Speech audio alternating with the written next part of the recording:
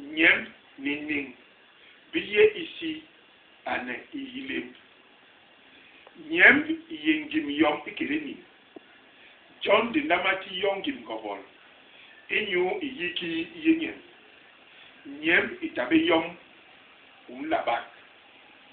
Ning iye mahongol bomasona. Le bak ni mahongol mantiswabil. Ane iyongandigi ni los.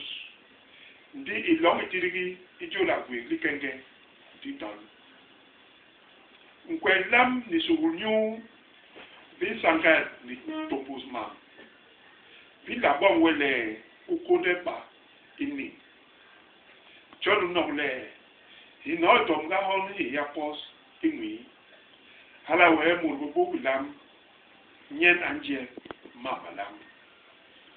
Iyo midona nyem ibabe jam. Muralama yom tar ni iyom impam inyowe.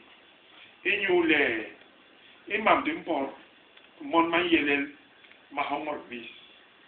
John unole inyo injen ndong won inchal ilowa.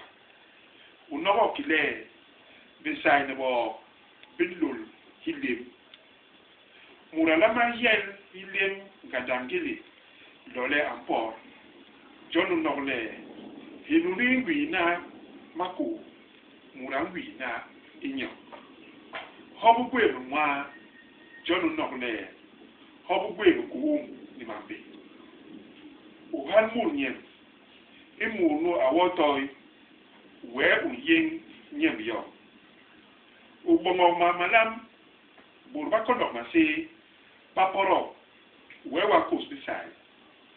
John iyom ya pa mi nyo wom yon ya ti weni tole nyem.